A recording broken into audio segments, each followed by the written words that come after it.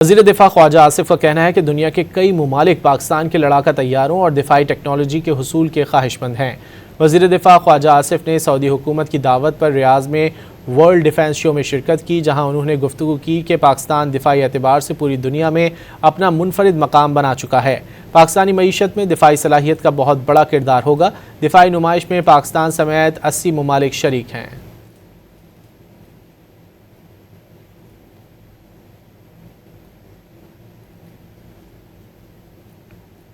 वज़ीर दिफा ख्वाजा आसिफ का कहना है कि दुनिया के कई ममालिक पाकिस्तान के लड़ाका तैयारों और दिफाई टेक्नोलॉजी के हुसूल के ख्वाहिशमंद हैं।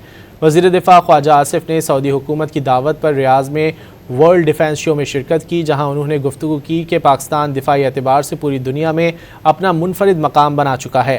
पाकिस्तानी मईशत में दिफाई सलाहियत का बहुत बड़ा किरदार होगा। दिफाई नुमाइश में पाकिस्तान समेत 80 ममालिक शरीक हैं।